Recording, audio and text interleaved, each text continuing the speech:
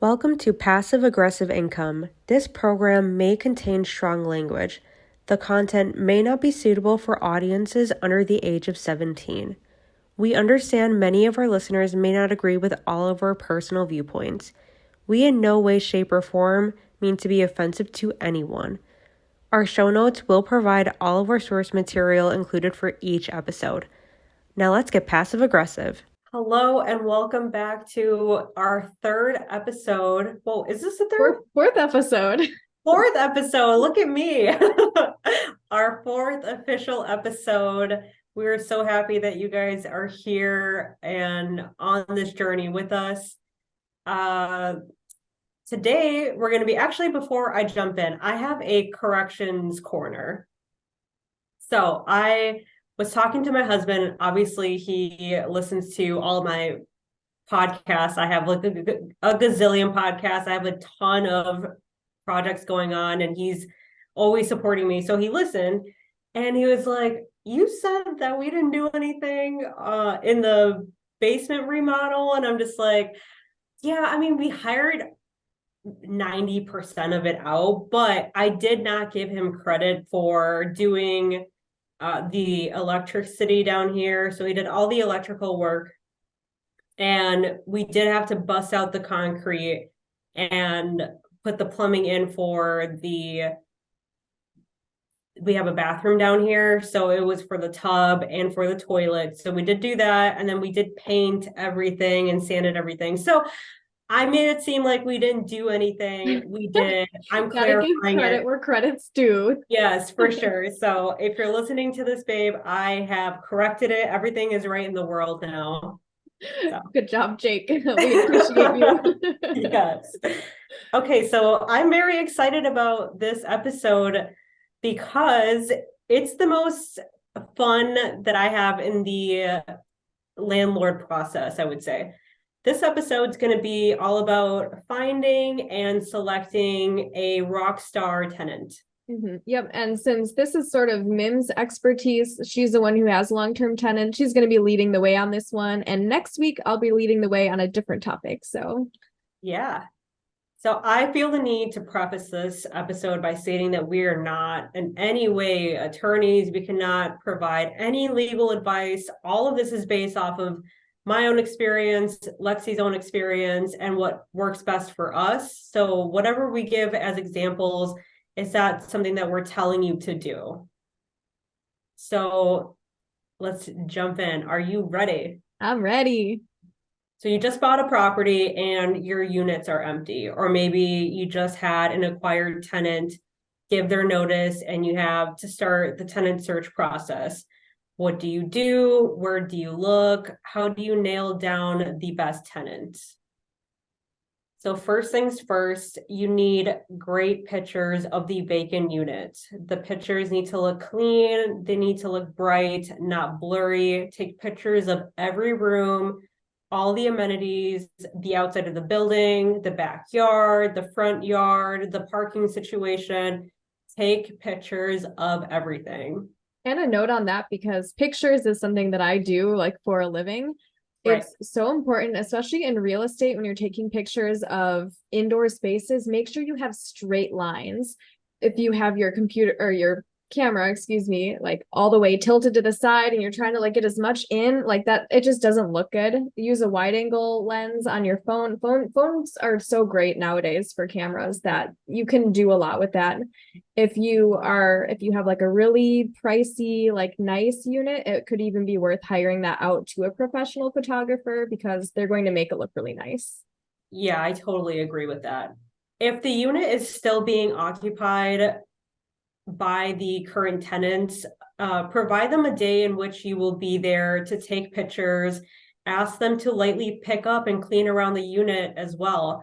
9 out of 10 times they're going to be already packing up. Make sure it's like towards, I don't know, maybe towards the end of their move out, and where a lot of the things are already packed up, moved out, or whatever the case may be. Just make sure that you schedule that with them so that you're not just bombarding them. And if you're willing to be like accommodating with them, I'm sure they're gonna not have a problem with that. For the property listing, you need to have the following: the amount of bedrooms and baths, that's a given. The square footage, amenities like balcony, pool, if there is one, always include a pool if you have one. What the parking situation is, for example, attached, detached garage, no garage, just parking available. Put in the laundry availability, as in the hookups, washer and dryer provided, or none at all, because that, I mean, if a whole family is moving in, they're going to want to know if they have to go down the street for their laundry every week. Include if there is a shared or private basement, that's really important, and shared or private backyards. Remember that location is important. It's more important than a lot of people realize. So include school districts. That's really important for people.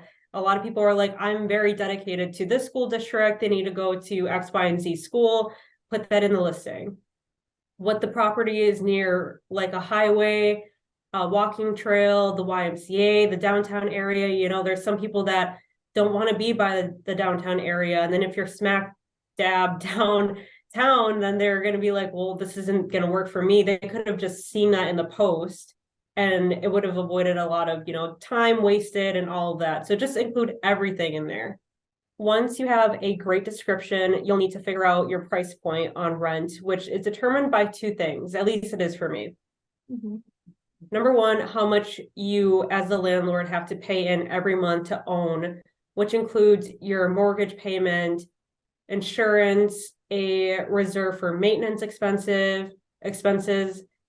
If you are using a property manager, the percentage they charge, and utilities if the property is not separately metered.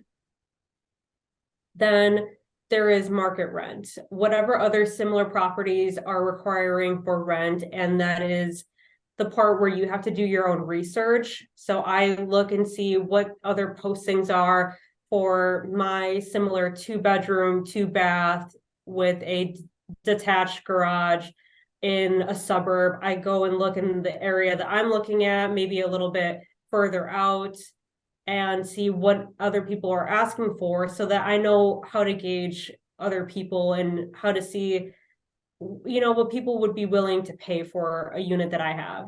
Do you want to talk about your like where your resources are? Like, do you do like apartments.com or Facebook Marketplace, or how are you doing your research for rent pricing? I do all over the place. So I go on Facebook Marketplace, that's huge. I go to the actual property management companies in this area to see what they have listings of. And if mine is a duplex, and I need to look at if they have listed a duplex, not like a 2-bedroom apartment. They're two different things. They're two different price points. So make sure that you're very, you know, you're looking at things that are very, very similar. So yeah, I go on to property management companies. I go to Facebook Marketplace, Zillow, anywhere that I can find properties, I'll try to find it there. Once you've come up with a justified and a realistic price point for the rent and security deposit, it's time to think about if you're willing to allow pets. It is not illegal to say that the property is not pet friendly. So if you don't want it to be pet friendly, that is completely in your right. You can say no pets allowed. Nobody should be saying I'm taking you to court because you're discriminating against me. If they do, I would don't even bother. Yeah, the only thing that's kind of a consideration there is like emotional support animals or like service animals, I believe, is kind of where you don't have as much leeway as a landlord, or at least in Minnesota that is. I'm not sure about Wisconsin. So basically if the property is pet friendly and you have applicants that do have emotional support pets, they cannot be discriminated against, so that cannot be used against them. However, if the property flat out does not accept pets at all, then they can't go and say like, well, you can't do this to me or anything like that. So it needs to be in the listing that the pets, the animals are accepted. And if they are accepted, then they shouldn't be, swayed away and said, no, you can't apply because of your animal. Gotcha. So make sure you figure out a monthly pet rent price point. You can't charge pet rent for emotional support animals. They're an extension to that person. Yeah. I list mine as a $50 pet fee, and I allow 2 large dogs or 3 small dogs. I don't allow cats. I'm sorry, Lexie. Oh. Yeah, I mean, to be fair, with my furnished rentals, we don't allow pets at all. So Right. that's fair. I do, however, allow reptiles, fish, small animals like guinea pigs. I have no problem with them. I have a $400 non-refundable pet fee, and it's important that you state that it is a fee and not a deposit, as deposits are returned. This fee will cover all of the pets, reckless destruction that may be created, or maybe not. It's just like wear and tear, it will cover that. And I have an example. I had a move out that had one of the room's carpets completely destroyed, urine saturated the carpet, and there was, of course, dog feces all over. Oh no. Side note, it's important to do yearly inspections. I learned that the hard way. You need to do it. I know that it's hard sometimes coordinating a time. Everybody's super busy, but it's only one time out of the year. Make the effort. So the carpet was ripped up, and we replaced it with a durable LVP that is life proof with a 20% grade, which is important when it comes to dog nails and furniture scraping. Mm-hmm. Some may say that $400 for a non-refundable pet fee is insane, but it's fucking necessary. The things that I've had to replace because of dog damage, including my own dogs. I know it for a fact. I have 2 dogs, and I have a dog that is very, has a lot of anxiety issues. So he's torn up my carpet. He's, scratched up my door. I know for a fact that they cause issues. And I mean, you got to be prepared. Yeah. When we moved upstairs to this unit now that we're in, that we've been renovating, all of the doors and like the trim are just covered in like nail scratches and bite marks, and those things we're going to replace anyway. So I don't know when it appeared, but yeah, those are really expensive fixes if things like that happen. I have a friend that bought a duplex, and he moved into one of the units, and when he first bought it, he was like, there was definitely a cat living here because of the smell. So to this day, I think he's been living there maybe like 7 months, 8 months. And to this day, you can still smell a little bit of the residue from it. And the carpet was ripped. There's new flooring, everything was done. And because of that cat living there, it caused that type of damage, as they do. They're animals, so it happens. But that's why you want to be prepared for that non-refundable pet fee, because you're gonna use it. Right. And it's always easier to say upfront, I'm going to charge this fee, because you're just expecting costs like that to happen, versus in retrospect when they move out and you're assessing the damage and you have to try and fight them for it. Yes, very valid point. Let's move on to creating a custom title for your listing. That includes everything that is important to know. And here's an example. Large 2-bed, 2-bath, upper duplex with attached garage near Foxtrot walking trail. That hits everything that somebody really needs to know. It's long, but it kind of has to be. There's a lot of people that are like, boom, that's exactly what I need. Mm-hmm. And then making sure to include if any utilities are included or not. That's super important. Everybody asks what utilities are included, so you might as well put it in the listing. Adding the rental term is important as well. For example, month to month, 6 months, 1 year, just put it in there. Lastly, list the available move-in date and application requirements. So what I mean by application requirements is what you're looking for as far as what you will accept if you find out what they have for like a background check. If you are If you are seeing that they have evictions and you're not accepting evictions, put that in there. If you are looking for a certain credit score, put that in there.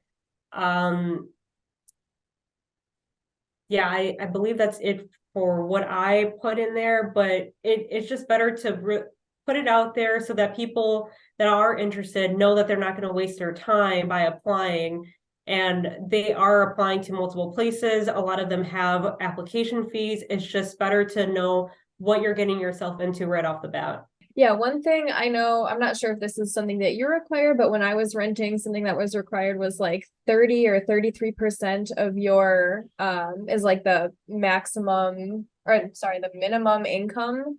Like 33% of your income is like the rent price or less than that. And anything more is like kind of risky because it kind of says like maybe this tenant won't be able to pay.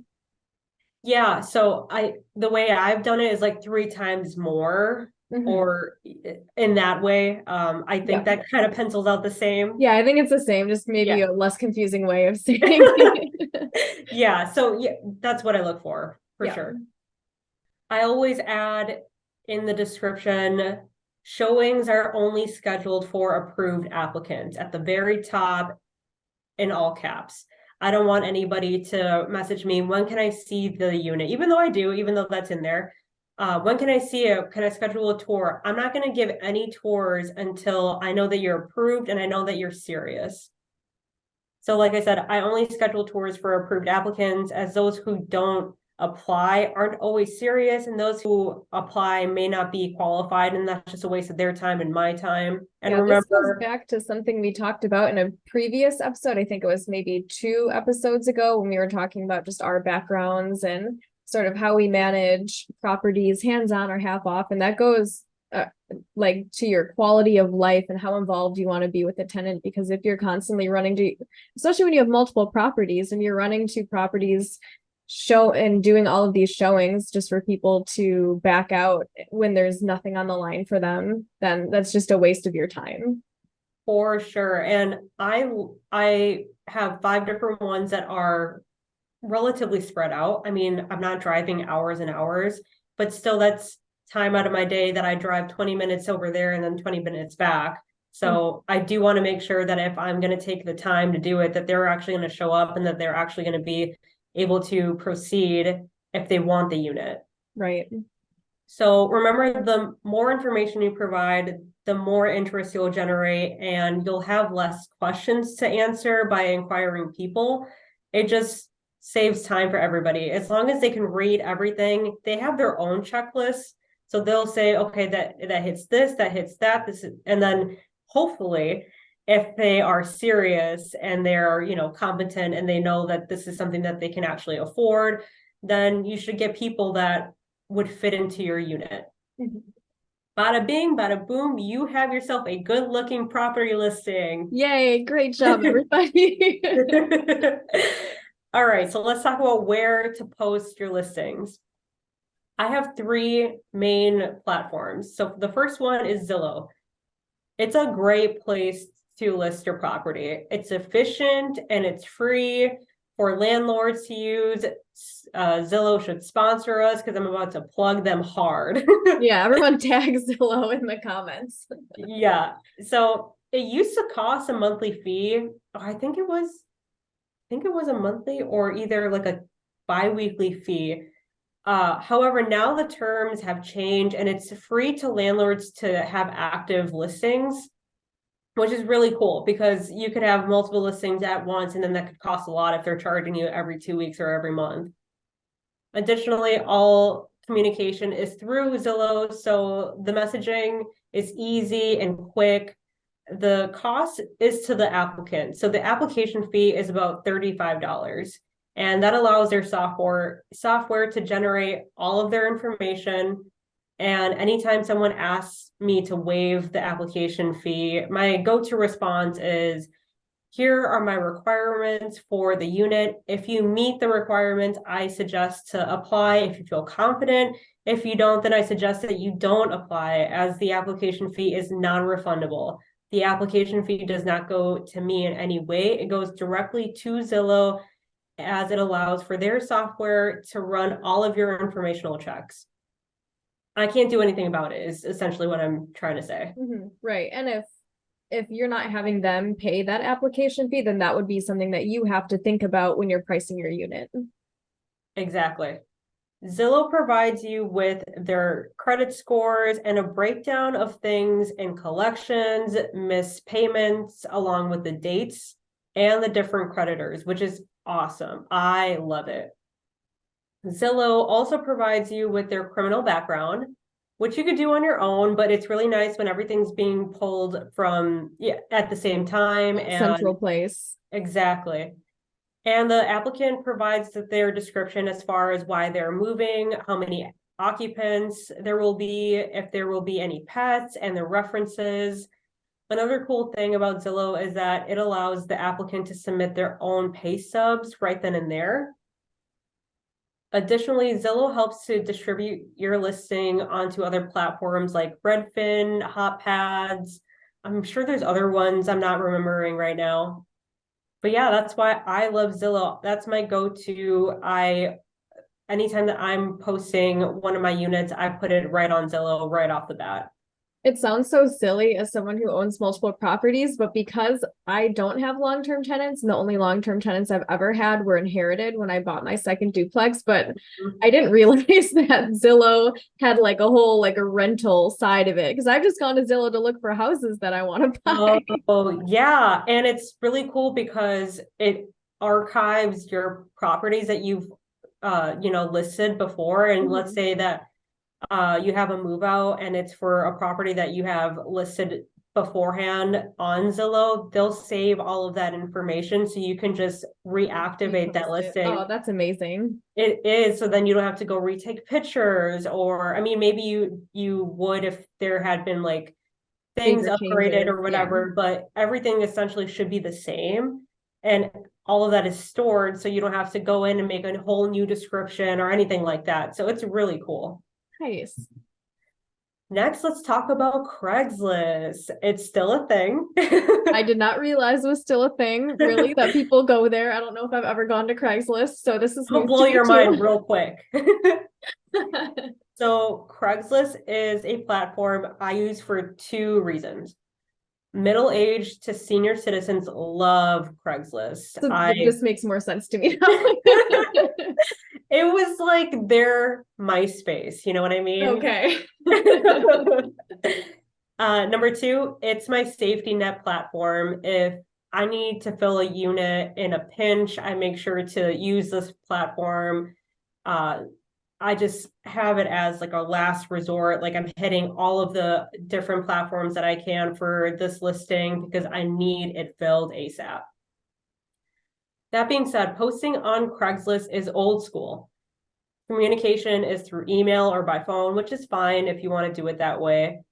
It's not as organized as Zillow because it doesn't hold all of your messages from each inquirer or each applicant. It's just, her email thread and phone calls. Obviously, you can't log that. Additionally, Craigslist requires a $5 posting fee, not an arm and a leg, but still something to consider. If you have an inquirer wanting to apply, you have to provide them with an application, which is typically emailed over to them as a PDF if you have it that way. I have done that way. I've sent Zillow links, which a lot of people on there that are looking through Craigslist aren't a huge fan of. So they like things old school, I'm telling you, PDF or nothing. PDF or nothing. Yeah, so no like e-signing documents or anything. We're printing, signing, scanning. Yes, I've had a lot of people that are turned off because of being on Craigslist and me having it virtually sent to them and having to e-sign because I explain it that way. And they're like, I don't get technology, so I'm not going to do it that way. And I'm like, it's probably for the best though, because I receive all of my rent through Venmo. So if that's a hard pass for them, then it's not going to be a really good fit because I don't receive physical checks. And I know that there's some that die by physical checks. I can't do it, you know? Yeah, right. I think that we've had some people pay like their deposits and things through physical checks. And I mean, what's really nice about technology nowadays is most banking apps, you can just take a picture of the check and deposit it Oh, that way.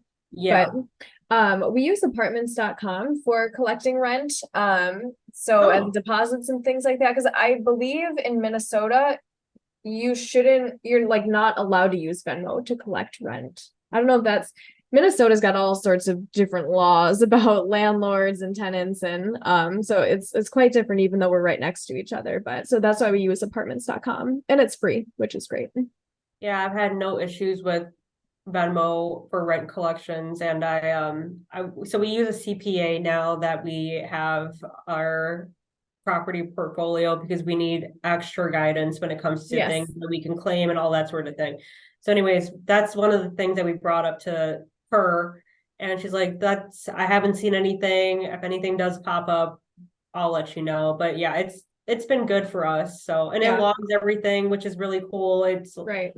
I like it. Venmo's easy. Yeah, I love it. Yeah. Okay.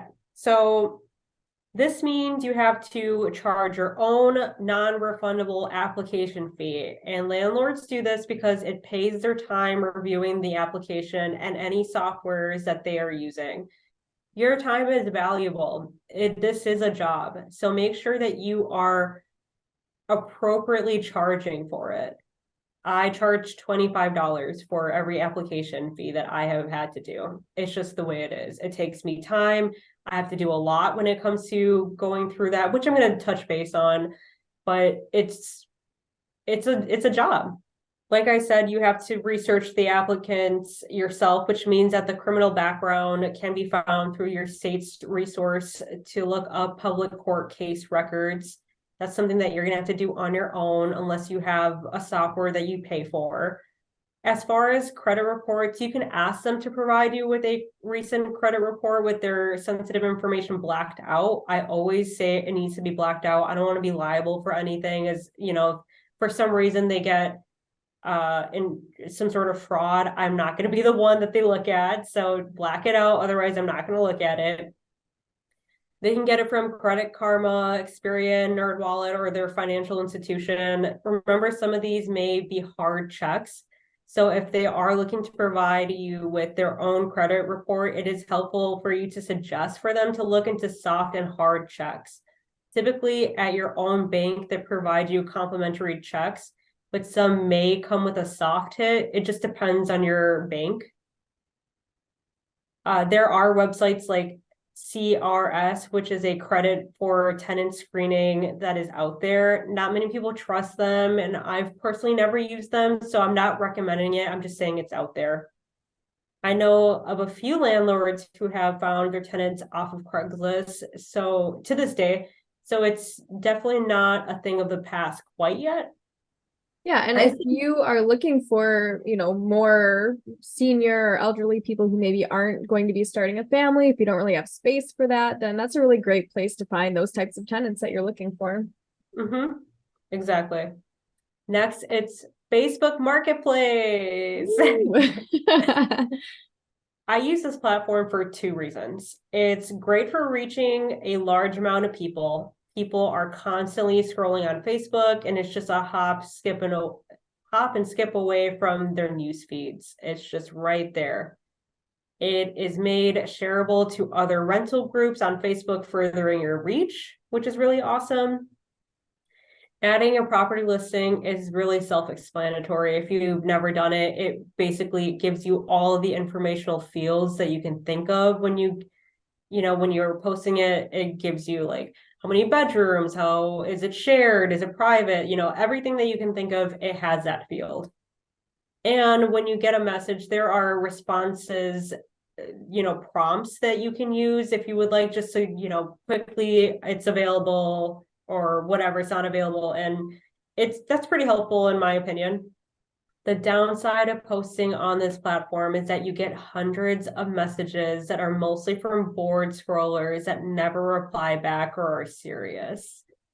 It's so funny because as we're talking about Facebook Marketplace, I'm like, yeah, I love just like looking and seeing what rental units are out there, like in my area. What are people charging? What do their pictures look like? What is around me? I don't message them because if I'm not actually renting, then I'm like, there's no reason for me to do that. But I definitely see people are weird on Facebook if they're just like messaging you for no reason.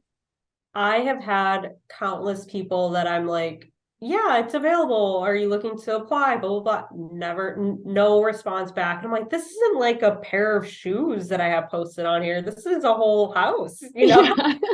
Yeah. So it's a lot, especially if it's something that a lot of people are looking for, like a bigger space, a really nice unit. You could generate a lot of responses, and probably 50% of it is gonna, maybe even more, is gonna be people that are just bored and kind of interested, but kind of not. So just make sure that you're mentally prepared for all of these messages that are not going to lead to anything. It's the same concept as Craigslist. You're researching the applicant yourself, and the application can either be sent to them via Zillow link or PDF to their email. On Facebook Marketplace, a lot of people are more willing to use the Zillow link, just because it's not as a foreign concept. People know that there's Zillow out there, so they're like, Zillow, okay, I'll go use that. And it's a lot of people like it because it's easier. So people tend to lean on the Zillow link rather than the PDF. I've had people where they're like, I'll still take the PDF, and they're like 25 years old. I'm like, all right, you do you. I'll still send it over to you, but you're still getting charged. Right. I have gone the majority of my tenants from Facebook Marketplace, and I see the value in it. It's kind of a split between Zillow and Facebook Marketplace. I think that Facebook Marketplace generates a lot more interest, but I get a lot of quality applicants from Zillow. Mm-hmm. So both Yeah. are platforms that I really like to use because they're both they're good in their own ways. Mhm. One thing that I could see being good about Facebook Marketplace too is just you can go creep on their profile and like see how they're presenting themselves and how they're putting themselves out there and kind of get a feel for if they're going to be a good tenant or not initially before you even start the process. Which I do regardless. Like if somebody's Yeah, applying, I still go creep. I'm like, you all right, have to. what kind of vibe are you giving? Because I need to know. Yeah. Like what kind of people are trying to stay in my house? Yeah, that's super important. Like I don't need some Nazi person living in my home. Like no person, you're not Nope. staying here. Cutting it off from the start. Yeah, exactly. Let's move on to going through the application. What I do is go over all of the presented information, call their references. Yes, I actually call, even though it may be their friends or moms answering the phone, I still do it. However, if they outright list their parents as references, I go back and request professional references instead. That doesn't count. I also call their previous landlords if they have them, and I highly suggest that you don't skip this part because I have talked to landlords having no idea that their tenants were vacating, which sucked for them to realize, oh, well, they're planning to move out. Well, now I'm going to have to talk to them, and it's going to be a whole awkward situation. Oh, Yeah. Some of them said that they were not their current landlord, and I've had others be completely open about that specific tenant that applied and had told me, listen, they had a lot of late payments, they had a lot of lease violations. So it's super important to get that background because they're the ones who have dealt with them personally in this way. So here are some red flags for why they are choosing to vacate. Don't like the current landlord, being evicted, can no longer afford. Make sure that you're really paying attention to the reasoning behind the reason for them to be vacating. Some of the green flags would be need a bigger place, relocating, switching school districts. I'd even throw going through a divorce, you know, it happens. People need to find different living situations. That doesn't mean that that's a negative, in my opinion. I look at their last 60 days for their pay stubs that they provide.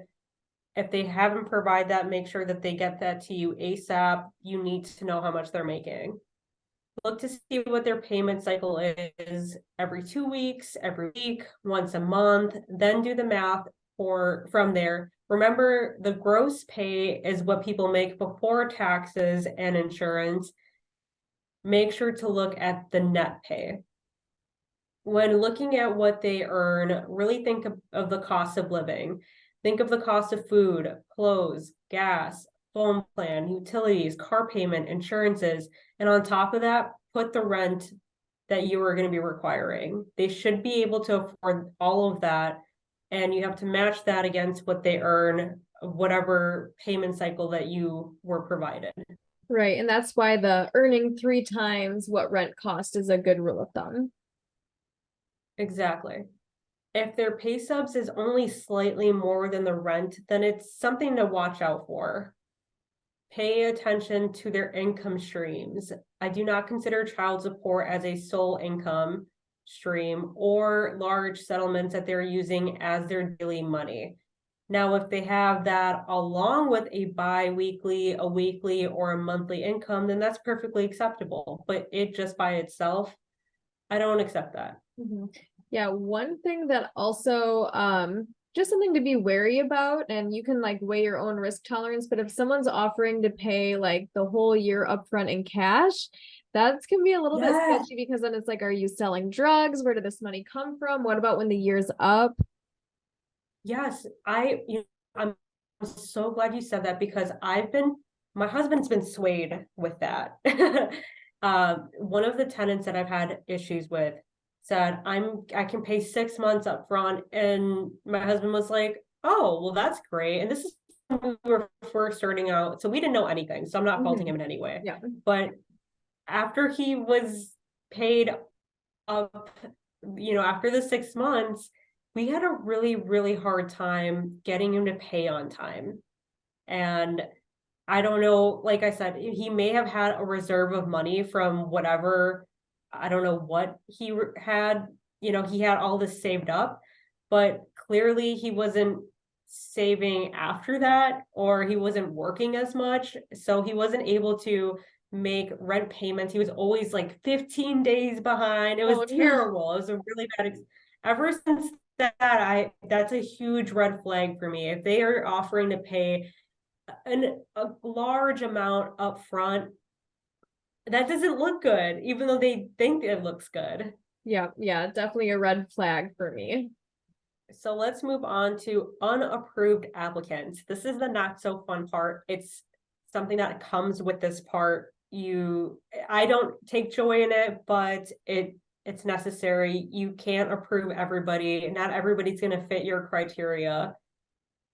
Once you have fully reviewed their application, their credit score, their background check, along with calling the references and landlords, if they even have a previous rental history, and call to verify that their employer is their current job listed on their application. Some jobs just require a phone call, and some require a lease of information in order to answer any questions. Then after all of that is said and done, you can move on to reaching out to them about making them an approved applicant or not. In the case of an unapproved applicant, I have a message prepared that I use across the board, and it goes a little something like this. We regret to inform you that due to a high volume of qualified applicants, we have decided to go in a different direction. We wish you luck on your rental search and all of your future endeavors. Then I end the conversation right then and there, no back and forths. That's my method. Some people like to provide a reasoning why in that. I don't see anything wrong with that, but just know that they are going to go back and forth with you. Mm-hmm. When you are denying applicants, make sure that you are following the Fair Housing Act regulations. You cannot discriminate or deny any applicants based on race, age, gender, religion, sexuality, disabilities, You can't do that. I mean, morally, you shouldn't be doing that anyways, but you can't legally do that either. Reasons you can deny an applicant are evictions, criminal convictions, not meeting the income requirements, not meeting the credit score requirements. I personally accept anything that's 600 or higher. That's I think that's baseline for me. generous. Yeah. Poor communication, not providing adequate documentation such as pay stubs. And when I say poor communication, I mean if I'm constantly having to bug you to get me your pay stubs, the references that you gave me were your parents, can you give me, like a coworker or a professional set of references? Or maybe they're just not responding to you saying, hey, I really like your application. I have a few more questions. If they're not taking the time to, answer me in a reasonable time frame, then there's no point. Having a bad conversation with their references, and then them being on the sex offender registry. Those are the things that I look out for, the things that you can legally say, no, you don't meet my requirements, I can't approve you. Now let's talk about a great applicant that you want to approve. This is the fun part. I love this part. Yes, more positive than denying people. Yes. So my method is this. I reach out to them, letting them know that they are approved and to schedule a property tour for them. And just because they are approved, that does not mean that they got the unit locked down. If there are other shining applicants, I approve them as well, and I schedule the property tour on the same day. A lot of people just like to lock in that first one that they really like. I like to have a plethora of approved applicants because I know that either way, I'm going to select one and they're going to be a golden nugget. I pencil out a time frame on that day, committing myself to showings. For example, if a lot of them say the afternoons work, I block out 1 to 4 p.m. so that there's no overlap. I schedule them apart for close enough so that I don't have large gaps. So let's say I have 4 approved applicants. They all say afternoons work. So I say, okay, you can come at 1 if that works for you. This next person can come at 1:30. This next person can come at 2, and then the next person can come at 2:30 if that all works out. And that way that I'm not like having to overlap conversations. If one of them has questions about this and then the other one has questions about that, I have dedicated my energy and focus to one individual person, but I'm also knocking them out all in one day.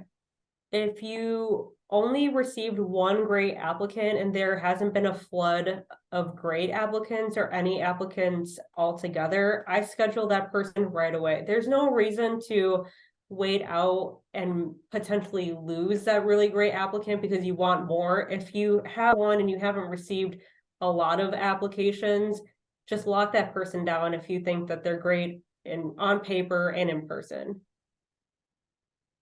Scheduling a property tour as soon as possible that fits both of your schedules is pertinent. I still kick myself from time to time because I scheduled out a tour further than I should have, and I lost a really great approved applicant because of course, they had other property tours lined up.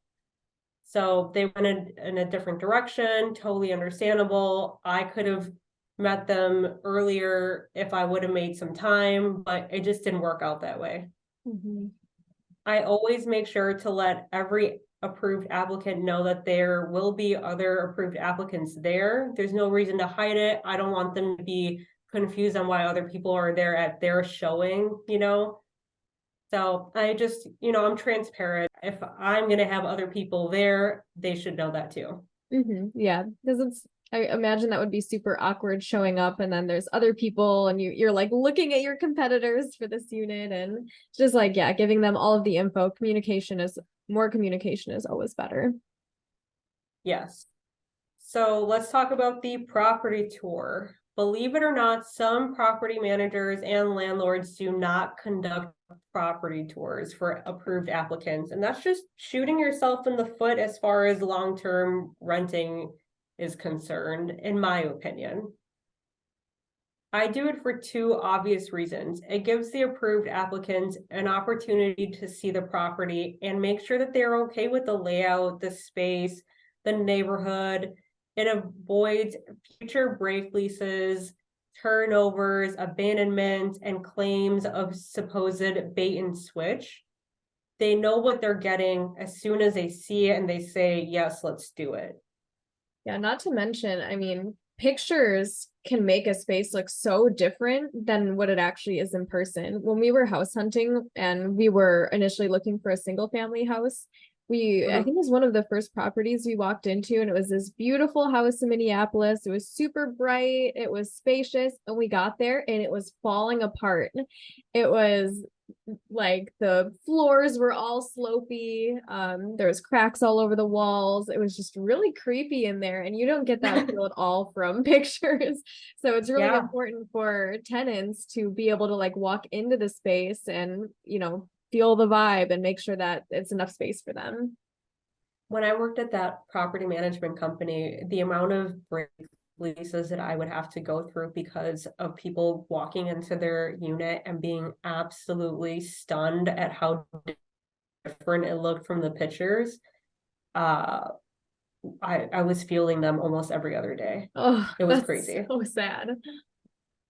I know. And you know, some of them were like the square footage was off, or like this room looked bigger than the other one, you know, or there was scuff marks on the trim or some like very small things. And then there were some there like, this is nothing what I imagined, and the neighborhood is crap, and there's you know, just there's all over the place reasonings for wanting to break the lease because of not seeing it beforehand. So avoiding that altogether is super important to me. I don't want anybody to be like, I was tricked, I was fooled, it didn't look the way that I wanted it to look like, or the way that it was presented to me. It's gonna look like what you've seen in person. Right. And that, you know, it might take some time to go show the unit in person to potential tenants, but it's going to save you a lot more time in the long run if your tenants show up and they're like, nope, not happening, and you have to start the process all over again. And headache, and dealing with somebody that is genuinely not happy with the unit. You know, if they decide to stay there, you started off on a really bad foot, and now Right.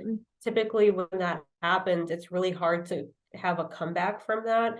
So I like to be as transparent as I can. I say, this is what it is, this is how I am. Like, if you, like I said before when I was telling you about the Craigslist ads, and if we're not a good fit from the jump, then I tend to not go in that direction. Right. Yeah. The other reason is for you, the landlord. As I mentioned in previous episodes, when I meet approved applicants, I use my five senses. So I notice their personal appearance, meaning how they present themselves. I notice the way that they smell, such as, do I smell alcohol on their breath? Do I smell drugs on their clothes? Do they have overall bad hygiene? Like, if I can smell your BO from here, I can't imagine what your house smells like. I notice when they show up 10 minutes early versus 10 minutes late. That's really important to me. That means that they're not wasting my time if they're early and they value my time as well as theirs. If you're late, then that doesn't really speak much of you, in my opinion.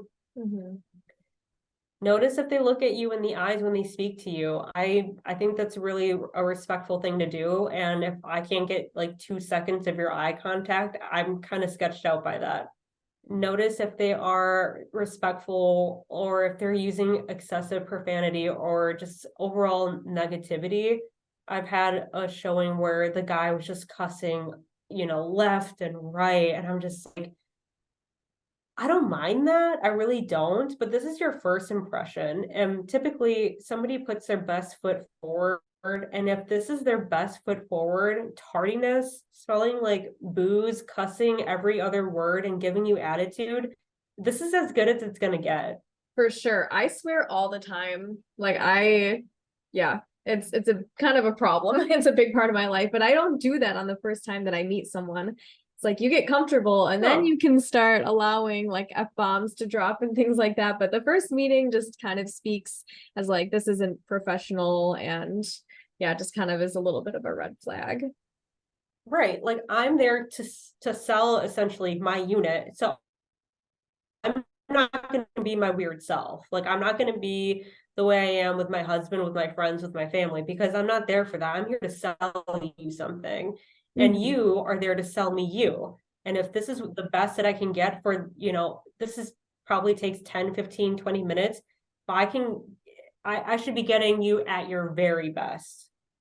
So let's talk about locking down your golden approved applicant.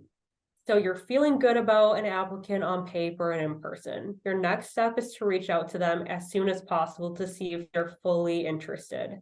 If they are, then send them a breakdown of their move-in costs and confirm that their move-in date still aligns with your unit's availability date. The move-in date aligns and they agreed to the move-in costs, then you can notify the other approved that you have selected a tenant.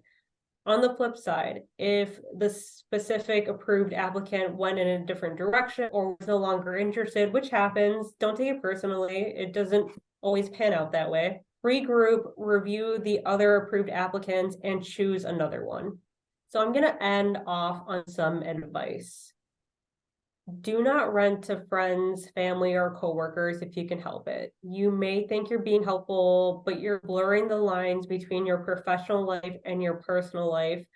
Unless that person's super trustworthy, unless you know that they're not going to screw you over or they're not going to take everything personally. Like if you say, hey, I haven't seen that you mow the lawn in 2 weeks, and they're not going to be like, well, why are you watching me, or whatever the case may be. If you know that you can personally and professionally interact with them, then go for it. But me as a landlord, I wouldn't do it. No, I think that's such an important piece Be of mentally advice because like you want to help out your family, and especially if, they're in a situation where they need housing and you're like, "Oh, I have like 5 houses or 5 duplexes." And it feels bad to be like, yes. "Oh, sorry, you can't." But not only are you blurring the lines between your professional and personal life, but then you're also adding in this weird power dynamic that adds Yeah. strain to a relationship. Whether you realize it or not, it is sort of like you're in a more like, I don't know, I guess powerful position because you're asking them for money and you're like expecting things of them. And that can just Mhm. get really awkward with friends and family. And it's just not worth ruining a friendship or relationship with anyone because of, the different ways that you live or conduct business. Right. And just think about it this way. Like if you go to your Christmas party and you just gave one of your family members a lease violation, how awkward is that going to be? You know? Yeah, not a fun time for anybody involved, directly or No. indirectly. You're right. So it just avoid bitterness, avoid any sort of awkward situations if you can. I mean, I'm all about supporting my friends and my family. If they were truly in a tough spot, obviously I'm going to try to help them out. And if that's one of the ways, sure, but I would avoid it at all costs if possible. And set expectations if it's something that you're going to move forward with. Have a conversation with them where you're very open about how this is going to work and is this okay? Can we communicate this way? Yes. Which you should be doing anyways with any Yes. tenant, but especially with, mixing personal and professionalism when it comes to being a landlord and having your tenants in there. Mm-hmm. Next off would be mentally prepared that your unit will be lived in. I know that it's really tough for people to put in, like I just put in this remodel down in my basement. I know that someday I'm not going to be living here and somebody else is going to be living here. I know that I'm going to leave it in a pristine condition, but things happen. Right. There may Wear and be tear is holes, natural. crayons. Mm-hmm. Yeah, there may be crayon on the walls, scuff marks on the floor. It's a part of life and no one is perfect. Make sure to take before pictures of the unit and that they complete a move-in inspection report. Check yourself when it comes to time for the security deposit distribution.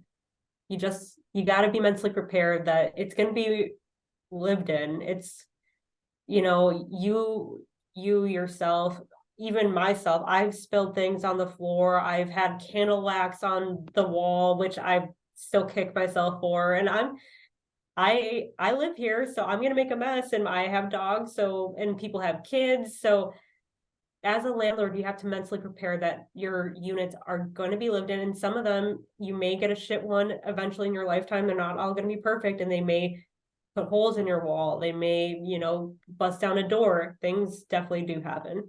Next would be always check the sex offender registry in your state. It does not get pulled through background checks, and it does not get pulled on Zillow checks either. So make sure that you are looking up that information up yourself, because you definitely don't want to be housing somebody that has that type of rap sheet. At least I don't. Do not inactivate your property listing until an approved applicant has signed a lease. This is huge. Nothing is official until the agreement has been signed by both parties. So just because they said yes, just because they say, yep, that all works, and you have it all drafted up, and you signed it and you sent it over their way, that does not mean that they are going to fulfill that agreement. It's only fulfilled when they have signed it. Otherwise, it means nothing.